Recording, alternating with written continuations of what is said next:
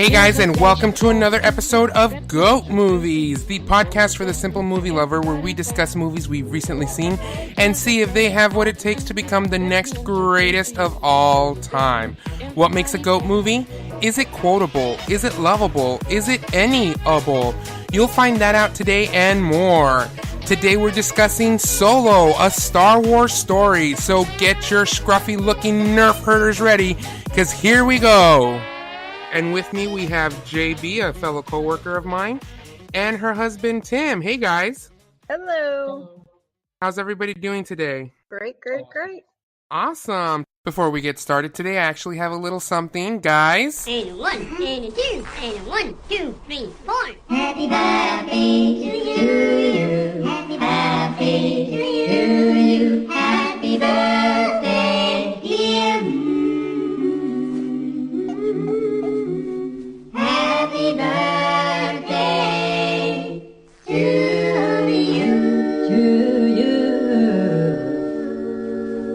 Today's actually a very special day because today is JB's birthday. Happy birthday, JB. Thank you. So why don't you start off by telling us a little bit about yourselves and what you like in regards to cinema, movies, what type of movies you're interested in. JB, I know you're a big Star Wars fan. Yeah, we are huge Star Wars fans. We love everything Star Wars. We have a Star Wars room upstairs. We drive a Star Wars car. So Yes, tell us a little bit about that Star Wars car, because I remember you came to work and you were pretty excited about it. so we 2 years ago we bought a 2017 Nissan Rogue, and it's the Rogue One edition. So But that was the reason, right? You picked that car because it was the Rogue One edition. Yeah. We specifically went to the lot to get the Star Wars car, and we love it. It's Tim's baby. It's got Stormtrooper floor mats. It's got stickers on the back. We got customized plates that say "May the Force be with you" on the back. So yeah, it's totally nerded out. That's great. And I remember you telling me a little bit about something. There's like a hologram or something when the doors open. Well, when the doors open, there's lights under there, and it's got little running plates that have Star Wars on the inside. So There we go. Well, if that's not a Star Wars fan, I don't know what is. So I know you were pretty excited for this movie when it came out. It was highly anticipated from your end as well as here. I got to screen it in advance, so it was pretty awesome. You just recently saw it on opening night, and if I understand you correctly, you went a second time. Is that correct? Yep. So we've seen it twice. Awesome. And what did you think about it? I mean, I really liked it. I went into it a little concerned because of all the things about you heard all the rumors that he wasn't doing very well. The guy who played Solo, that they had to get him an acting coach and stuff. So maybe he wouldn't have been as good as people expected him to be. So, and then obviously they changed director. So Ron Howard took over, who I really like. So I kind of went into it not thinking it was going to be totally great, but I left really liking the movie. I really enjoyed it. I thought the story was good. There was lots of action. I enjoyed it a lot. And Tim, what did you think about that? Yeah, I went into it with low hopes too. All the reviews coming up to the movie weren't that great. All the articles and everything written about it were saying that this was going to be one of the worst ones. So I wasn't really expecting a whole lot, but I liked it more than I thought I would. So I'm guessing you're the Solo and JB over here is your Leia, right? Exactly. There we go. Let's get a couple of the details out of the way. So during an adventure into the criminal underworld, Han Solo meets his future co-pilot Chewbacca and encounters Lando Calrissian years before joining the rebellion. Like you said, JB, this was directed by Ron Howard, and it stars Alden Ehrenreich, which is, I believe, who you were talking to. He's the one that was chosen to portray Han Solo. We also have our lovable Woody Harrelson, Emilia Clarke, and a bunch more. This is also starring Paul Bettany as one of the villains in this movie, and Donald Glover as Lando Calrissian. This is a PG-13 movie that was brought to you by Disney. I was kind of impressed when Disney bought Star Wars for those rights, and that's just a cow that's going to keep giving that milk from for a long, long time. They're going to try to make as much money off of that as they can. The movie is about 130 minutes long, so yeah, you might want to make sure that you eat before or not drink too much during it. But the official storyline is with an emerging demand of hyperfuel and other resources, Han Solo finds himself in the middle of the heist alongside other criminals, where they meet the likes of Chewbacca and Lando Calrissian, an adventurous situation exposing the criminal underworld of the Star Wars saga.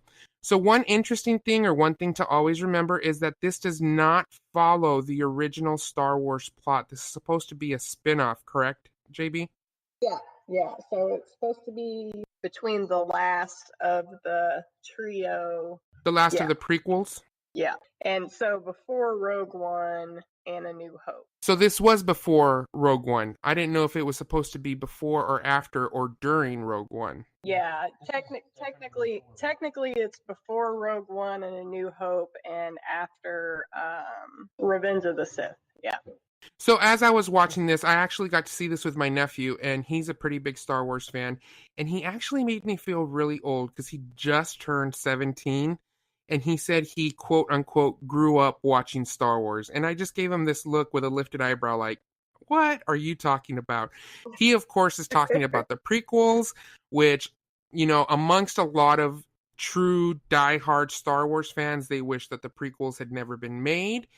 I actually enjoyed the prequels a little bit. I'm not saying that they were better than the original ones, 4, 5, and 6, but I did enjoy the prequels. What did you think? I liked the idea behind doing the prequels. I thought the acting was terrible. I mean, Hayden Christensen was awful. The whole Jar Jar Binks thing was ridiculous, but I liked the idea behind seeing the timeline go up with Anakin, you know, seeing his story, you know, from growing up to going through the training through becoming eventually Darth Vader. So, I mean, the acting was terrible, but I enjoyed the idea of the movies. You said no like Jar Jar? Oh, no. You're one of those... Again, like I said, I guess because I was so young, I never really, you know, saw the horror of the prequels like a true Star Wars diehard fan is.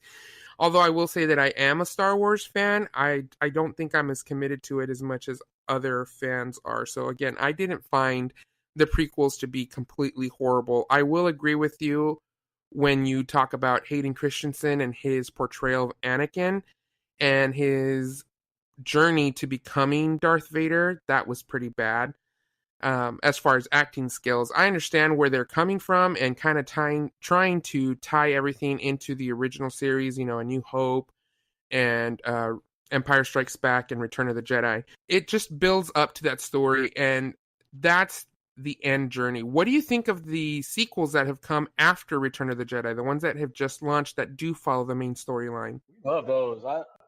I think that The Last Jedi was really good. I didn't agree with everybody who thought it was terrible. And The Force Awakens is probably my favorite Star Wars movie so far. I love that movie. That surprises me, Tim, because The Force Awakens I thought was awful, but I did like Return. Not the last one that just came out. The Last Jedi. The Last Jedi. Yeah, I really liked that one. I thought it was great, but I didn't like The Force Awakens. The Force Awakens for me was just awful, and they're just grasping for straws at this point, trying to keep this saga going, and sometimes you just got to be a classy lady and know when to quit. Well, it's coming off of all the prequels before that. So That's and true. those were so bad. Those were so bad, and this picks up where everything left off.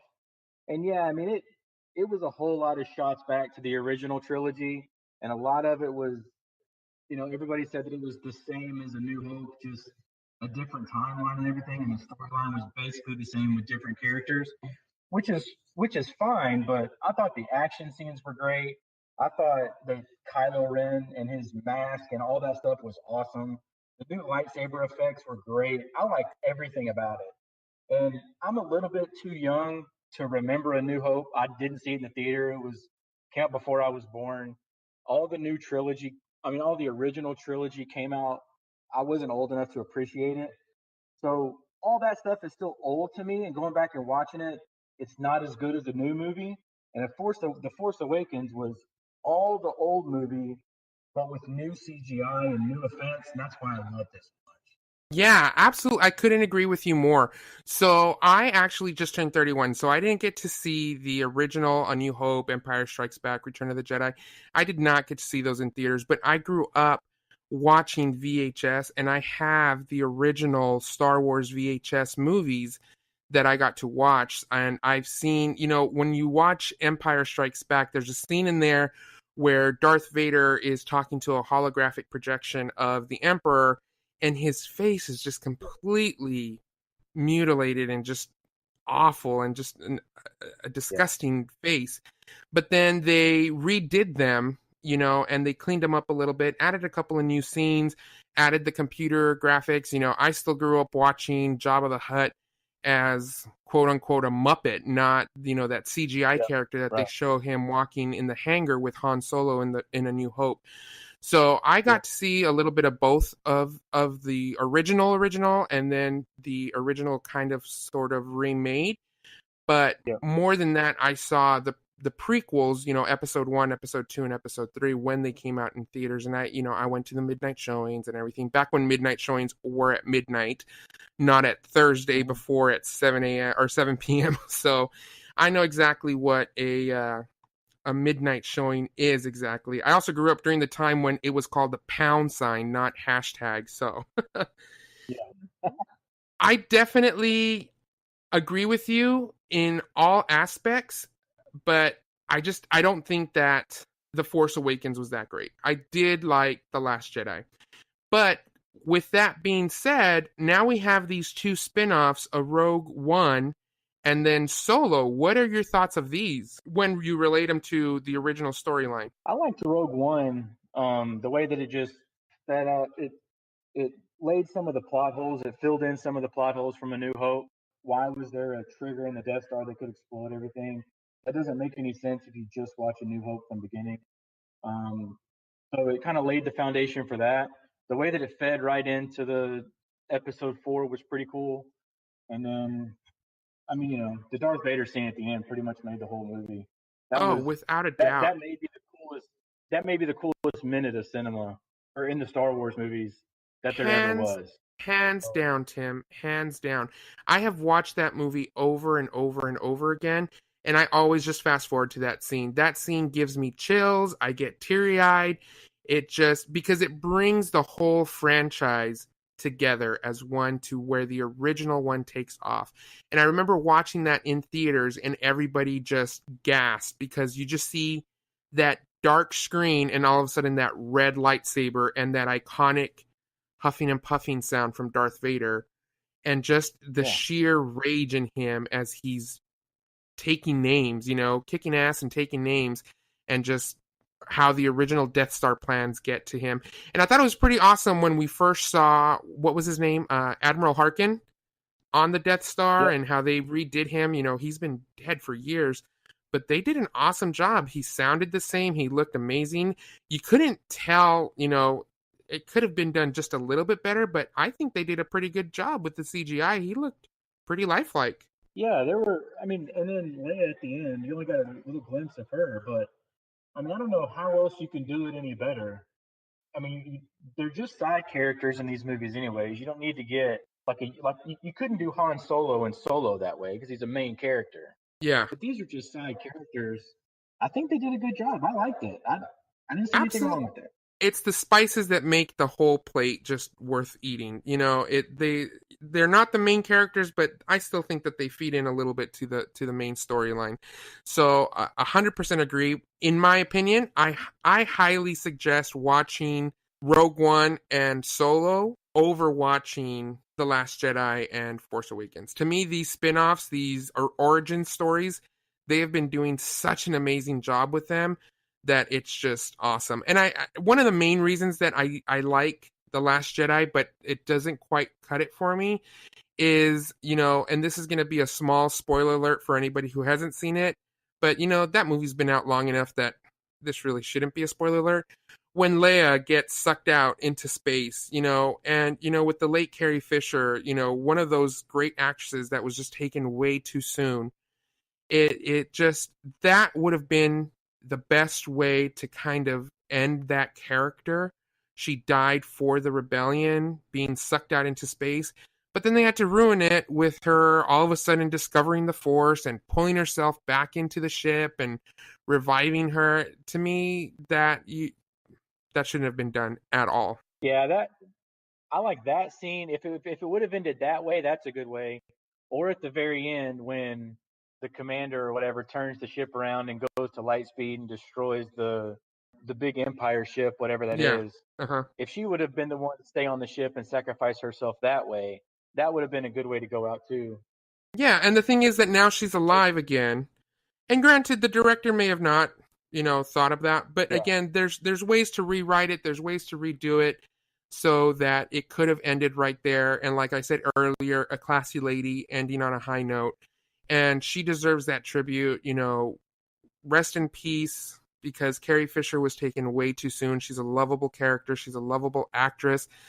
Just gone way, way too soon. So with that being said, let's go ahead and take a moment to play the trailer for Solo, a Star Wars story. And after the trailer, we will dive deeper into detail about Solo. And that will be our spoiler alert. Anything after that will be fair game. So if you haven't seen the movie, go ahead and listen to the trailer and pause the podcast and come on back. And I'd love to get everybody's input. So without further ado, here you go.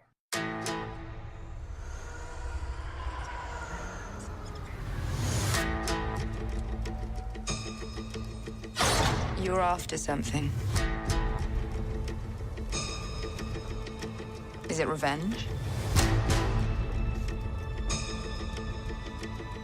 Money? Or is it something else? You look good. A little rough around the edges, but good. Heard about a job. Big shot gangster putting together crew. I'm a driver, and I'm a flyer. I waited a long time for a shot like this. What do you think? Well, what do you know?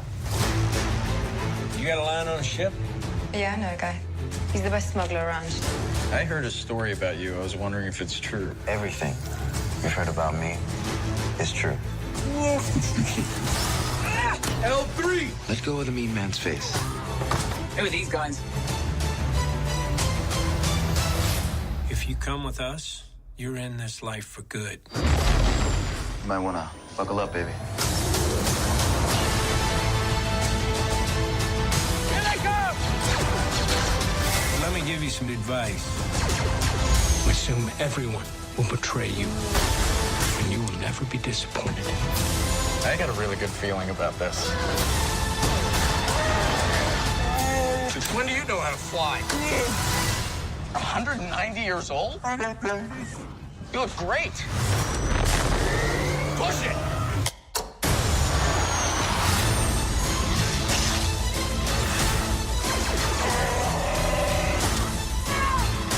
So glad we took this job!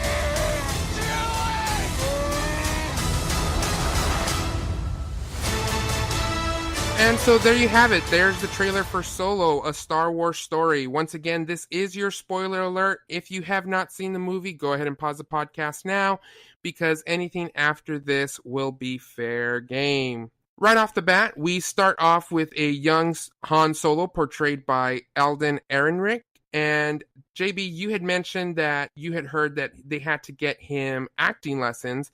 This was a big thing for a lot of Star Wars fans.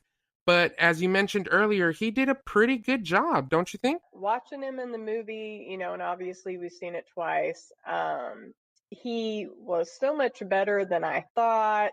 His chemistry with Chewbacca was great. His chemistry with Kira was great. How he played off of Woody Harrelson's Tobias Beckett character was great. And Lando, Donald Glover was awesome. So yeah, he was much better than I thought he would be. Absolutely. And I think that plays a big part in when someone goes to watch a movie. When you start hearing the hype about it, it can either be built up way too much and you go in with the bar set so high that it ruins the movie for you, or you go in there expecting a total bomb and then they knock it out of the park, which I think that they did in this case. I hadn't heard anything about Alden Ehrenreich playing Han Solo. I did, however, when I saw the trailers and saw everybody that was cast, I was really worried about it. They had done such an awesome job with Rogue One that to come back from that and do another spinoff was really dicey, but they knocked it out of the park. Woody Harrelson is a lost gem. I feel like Woody Harrelson is the new Leo DiCaprio in the aspect that he has been robbed from Oscars time and time again. And I think it's just about time that he gets something. I don't think that he deserves one for this role that he played, but he is definitely a gifted actor. He has played so many roles and he has such a wide range, but I think he's a little too typecast for that, hey, what's going on, hippie kind of character, which he is more than that. Really good in this movie. I mean, when you start talking about bad acting in Star Wars movies, you automatically go back to Hayden Christensen. And this was nowhere, not even on the same level as that. I mean, I thought the dude who played Solo was really good. Woody Harrelson was good. Donald Glover was good. All of them were good. I thought the acting was really good. Yes, it was very well cast. And speaking of Donald Glover, he has been popping up in movies left and right, and not just movies, but also the small screen on television everywhere. This guy is taking jobs left and right, and he's really getting his name out there, and he did an awesome job as Lando Calrissian. Now, I will say this, when we first meet Lando, he is arrogant, he's cocky, which he was in the original Star Wars, but I feel like maybe there's something in there that we haven't learned that kind of calms him down. He kind of matures by the time that he gets to the Sky City. So I didn't really like how arrogant his character was, but I'm thinking that maybe this is kind of plot development. By the end of this movie, you'd have to agree that there is definitely a sequel in the works. Yeah, I mean, the way they end it, you would have to think that there is another movie coming. There's obviously a lot of talk that they're going to do a standalone Boba Fett movie, which could, tie into this movie. And then obviously there's been tons of talk about a standalone Obi-Wan Kenobi movie, and everybody talking about getting Ewan McGregor to play it because he did such a good job in the trilogy that he did. I mean, honestly, if they didn't do another movie, I'd be okay with it. I wouldn't be totally tore up if they didn't do another Solo movie. I'd be totally fine if they just followed it into a different character and just, whether it's Boba Fett or whether it's Obi-Wan Kenobi. I mean, I'd be fine with those too. Absolutely. Now, some of the things that you were mentioning, to tie all this back, Emilia Clarke, you may know her from Game of Thrones. She plays the love interest Kira, which is the person that Han Solo and her, in essence, they are orphans, if I'm not mistaken, correct? Right.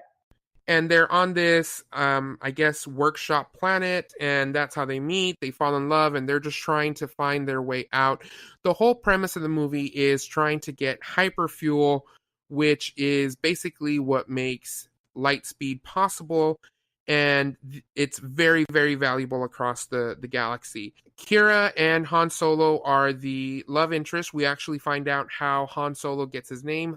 His last name is not actually Solo. We don't know his last name, but the Empire assigns that to him because he is flying solo. The way that he meets Woody Harrelson and the rest of the crew, I loved. I thought that was perfect. Most people don't know that Han Solo was actually a member of the Imperial Army, and that's how he comes across Woody Harrelson, who is actually impersonating a captain who he had just recently killed, and they're just trying to get more and more of this hyper fuel. What did you guys think about that? No, it was pretty good. Like, I wondered what direction they were going to go after he got separated from Kira and Corellia, and then he joins the Imperial Navy. And I'm like, so I'm interested to see how this plays out. I actually thought we'd see more of him learning to be a pilot and things like that. But you really didn't see anything. You just see him being an infantry soldier, and then he runs across Woody Harrelson and Thandie Newton and the character that Jon Favreau plays. And so I thought it was kind of cool how they kind of met each other and how they followed each other. And then that's how he comes across Chewie. And I thought that whole part of the movie was pretty cool. I loved when he met Chewie. It was, correct me if I'm wrong, or maybe you disagree. I think that the way that he met Chewie was kind of paying homage to the original Star Wars and Return of the Jedi. So for those of you who don't know, basically Han Solo is arrested for quote unquote treason, or what what did they call it, JB? He was arrested for cowardice, right? He was turning around. And so they throw him into this pit with this monster that's supposed to eat him, that hasn't been fed in 3 days. A lot like when Luke goes to confront Jabba the Hutt in Return of the Jedi. And that, when I saw that, I was like, oh man, they're paying homage to the original, which I thought was a very subtle way, very greatly executed manner. And then we meet the lovable Chewbacca, which to me, he stole the show completely. I don't know about you guys, but when I saw Rogue One and I saw Darth Vader for the first time and I saw Leia turn around and she says, this is hope, I got misty-eyed. I got teary-eyed and I was like, oh my gosh, this is where it all starts. This is where it all begins.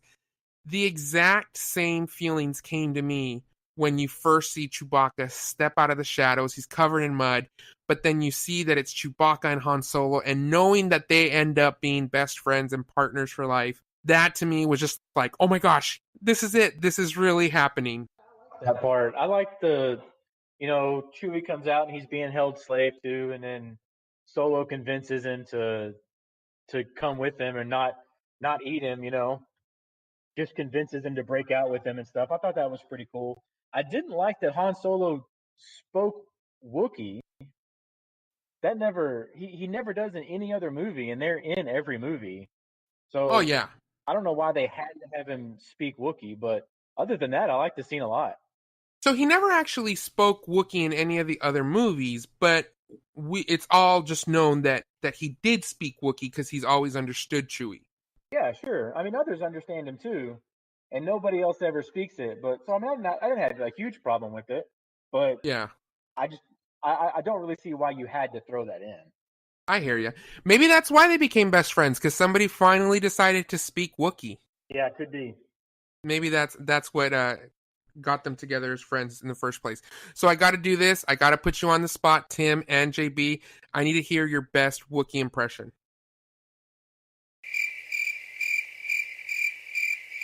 No, I'm not going to do that. How about you, JB? Come on. I don't.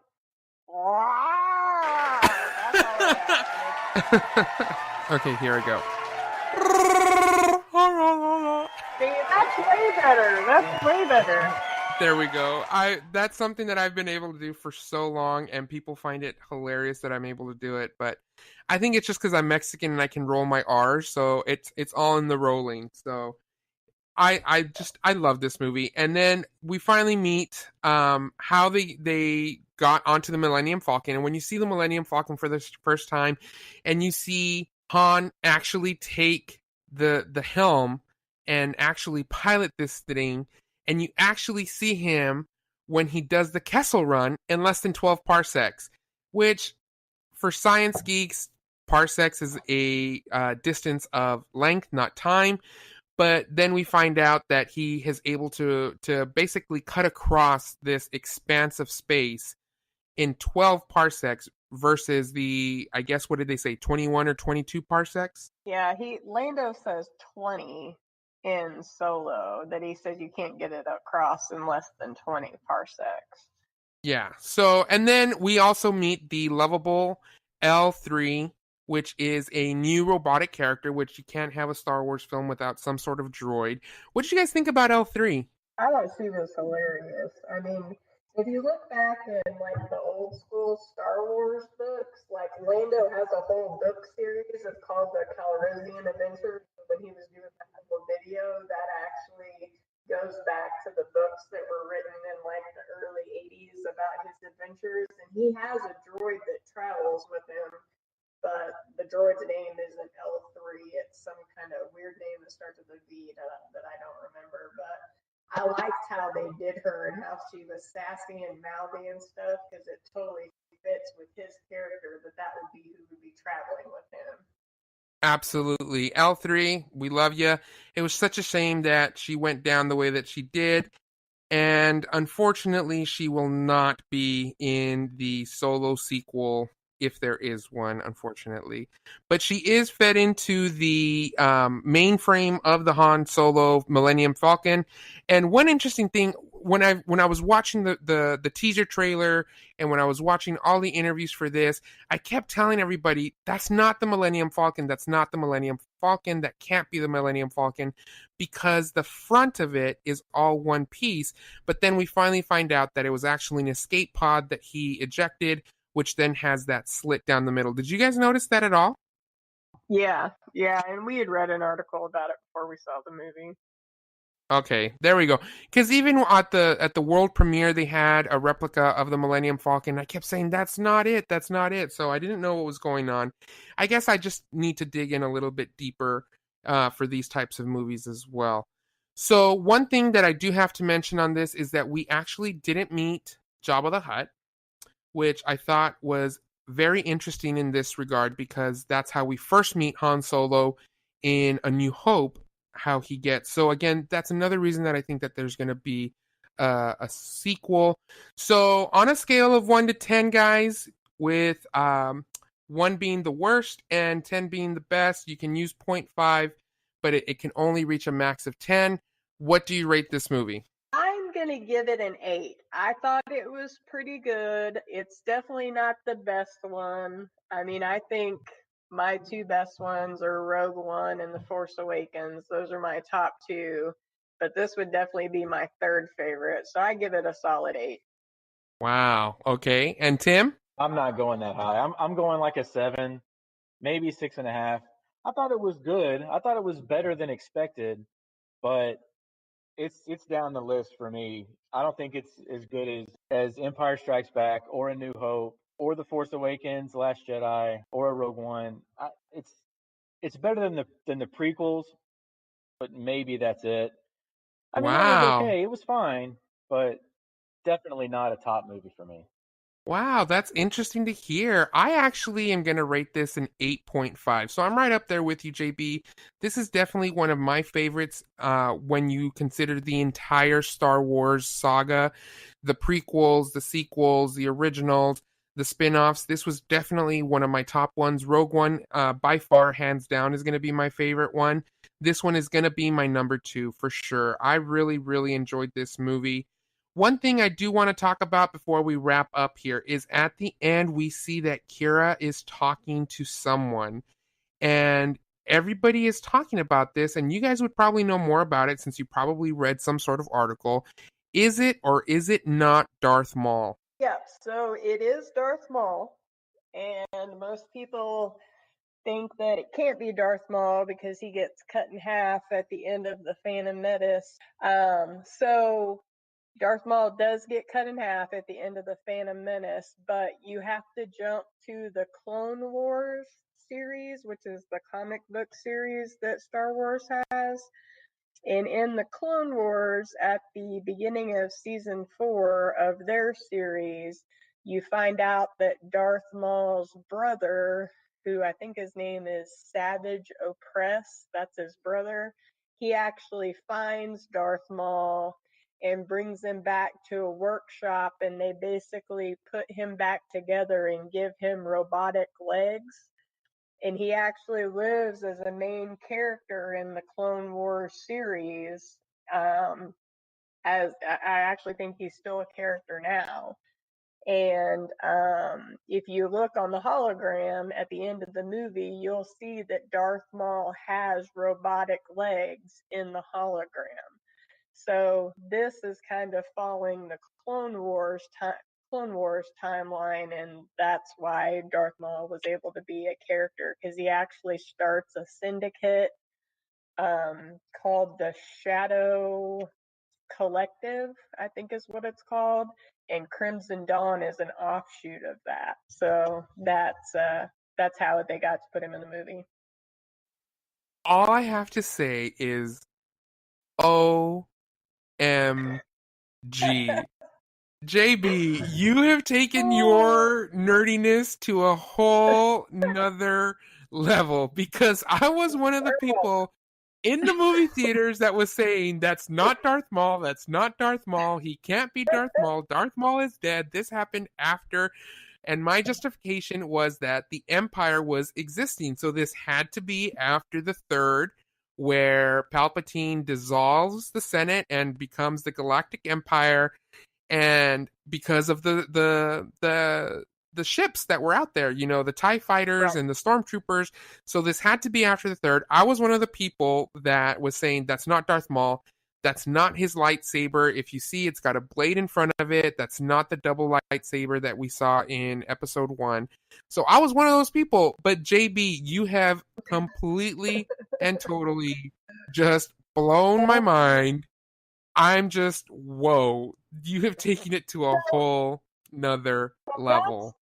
That's why I like the movie, because if it follows, if they're going to start, as they make these offshoot movies and start following the Clone Wars timelines, there's a lot of opportunities for a lot of cool movies to be made. They're talking about the guys who did Game of Thrones are going to do their own Star Wars trilogy. They could do such cool stuff if they did that trilogy based on the Clone Wars timeline. So that's why it's going to be an exciting time for Star Wars fans. There are going to be a lot of cool movies that are going to come out that are going to cover lots of different times and aspects and galaxies in the Star Wars universe. Well, I'm sure you'll be front and center at all of that. So congratulations on that. Again, you've blown me away. That does it for this episode of GOAT Movies. Once again, guys, if you have any questions or concerns, if you'd like for me to review any specific movies, go ahead and shoot me an email at goatmoviespc@gmail.com. That's goatmoviespc@gmail.com. I want to thank my guests, JB and Tim. Thanks for being on the show, guys. Anytime. All right, cool. Thanks, guys. Happy birthday, JB. Thank you. And we will see you all next week.